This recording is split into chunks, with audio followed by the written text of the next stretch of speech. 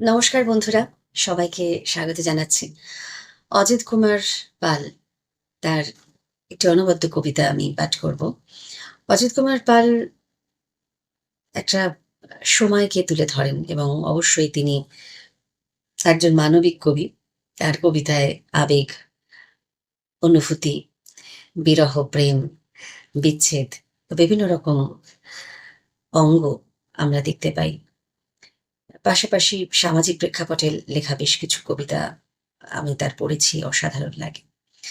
সাম্প্রতিককালে তিনি একটি কবিতা লিখেছেন, যে কবিতাটি তার নাতনিকে নিয়ে লেখা। রিওনা তার বড় ছেলের ষোড়শী কন্যা এবং চাকুরি সূত্রে সে কানাডা প্রবাসী, ১০ম শ্রেণীর ছাত্রী। সে ১০ম শ্রেণী পেরিয়ে গিয়েছে, পাশ করেছে এবং দেশে থাকাকালীনই সে ক্যারাটের প্রশিক্ষণ শুরু করে এবং ব্যাঙ্গালোর থেকে হোয়াইট, ইয়েলো, গ্রিন, ব্লু এবং ব্রাউন বেল্ট লাভ করে। এরপর কানাডায় চলে যাওয়ার জন্য ক্যারাটের সর্বোচ্চ সম্মান ব্ল্যাক বেল্ট পাওয়া অধরা থেকে যায়। কানাডাতে গিয়ে আবার শুরু করে প্রশিক্ষণ এবং এবছরের 3 জুন সে ব্ল্যাক বেল্ট সম্মান পায়। আর তাকে নিয়েই লেখা অজিত কুমার পালের একটি অনবদ্য কবিতা কালো বেল্ট, যেটি অপ্রকাশিত। আজ এক শুভ দিনে কালো বেল্ট বিজয়িনী, তুমি সমাদৃতা। একতা জ্যৈষ্ঠ শুরু হয়েছিল এক স্মরণীয় দিন।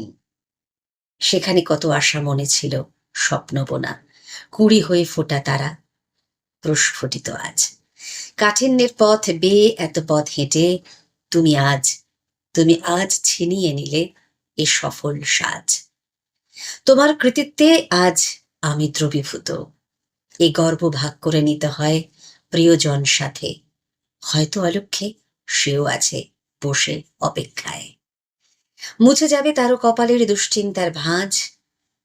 নিত্য নব তোমাদের এই সাফল্য সৌরভ।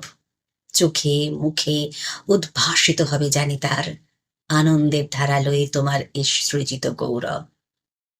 আমি তো ভুলেই ছিলাম, ঝাপসার সময় তোমার ভোরের কণ্ঠে এলো ২ শুভ দিন।